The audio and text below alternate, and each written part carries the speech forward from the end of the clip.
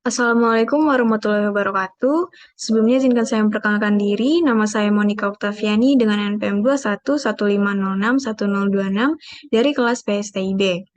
Jadi pada kesempatan kali ini saya akan menjelaskan mengenai tugas dari mata kuliah jaringan komputer, yaitu membuat penjelasan mengenai arsitektur topologi fisik atau topologi logik dari suatu organisasi yang ada di internet. Baiklah, langsung saja. Yang pertama kita definisikan dulu apa itu topologi jaringan, apa itu topologi fisik, dan apa itu topologi logik. Nah, jadi topologi jaringan adalah metode atau cara yang digunakan agar bisa menghubungkan satu komputer dengan komputer lainnya. Struktur atau jaringan yang digunakan untuk menghubungkan satu komputer dengan komputer lainnya bisa dengan menggunakan kabel ataupun nirkabel atau tanpa kabel. Selanjutnya, topologi fisik adalah struktur atau rangkaian dari suatu jaringan atau bagaimana sebuah jaringan didesain. Topologi fisik digunakan untuk penempatan komponen perangkat keras pada komputer untuk membentuk sebuah jaringan.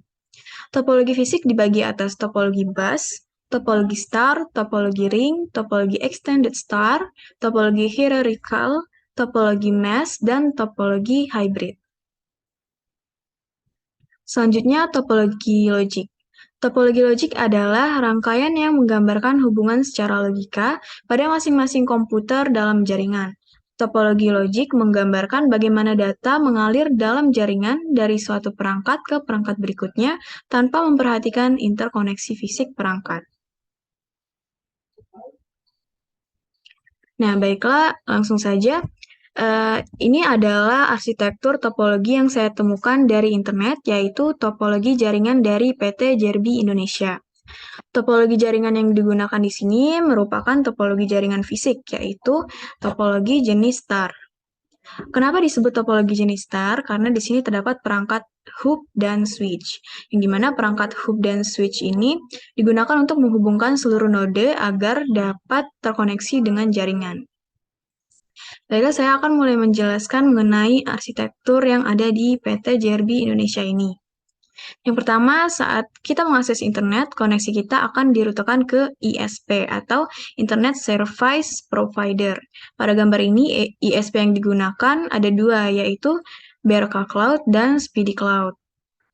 Dan di sini Speedy Cloud-nya akan disambungkan ke DSL modem, yang dimana DSL modem ini berfungsi untuk mengirimkan data jarak jauh sehingga komputer dapat menerima internet dengan lebih baik. Nah, setelah itu DSL modem ini akan disambungkan ke perangkat hub yang berada di lantai 1, yang dimana perangkat hub ini berfungsi untuk menerima dan meneruskan data yang ada di seluruh perangkat.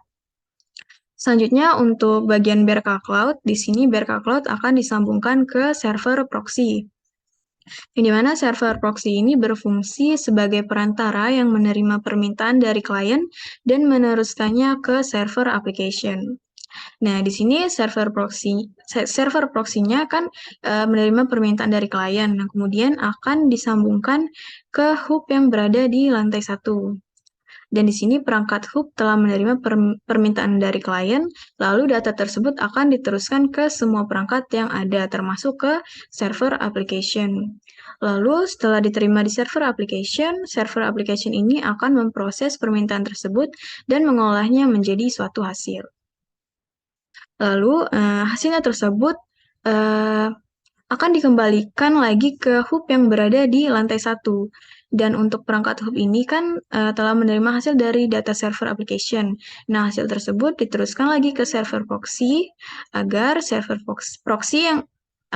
proxy-nya dapat mengirimkan hasil tersebut ke komputer klien.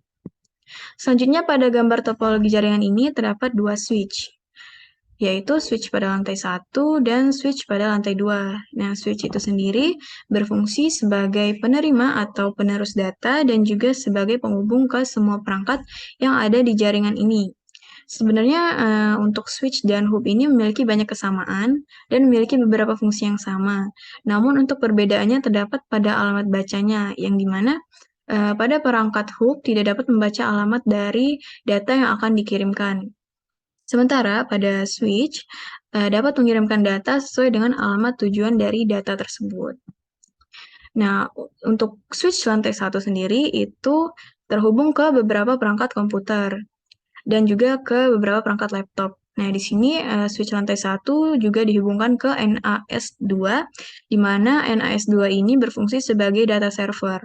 Yang kemudian di sini juga terdapat access point JRB 200, yang dimana access point ini berfungsi untuk menyebarkan sinyal agar seluruh perangkat dapat terkoneksi ke internet. Kemudian switch lantai 1 ini juga tersambung ke switch lantai 2. Dan switch lantai 2 ini juga tersambung ke beberapa perangkat network lainnya. Nah, sama halnya dengan switch lantai 1, pada switch lantai 2 ini juga memiliki access point, yaitu access point JRB network, yang juga berfungsi untuk menyebarkan sinyal agar seluruh perangkat dapat terkoneksi ke internet. Sekian dari penjelasan saya mengenai topologi jaringan dari PT JRB Indonesia. Mohon maaf apabila masih terdapat kekurangan, karena di sini saya juga masih belajar. Saya akhiri, wassalamualaikum warahmatullahi wabarakatuh.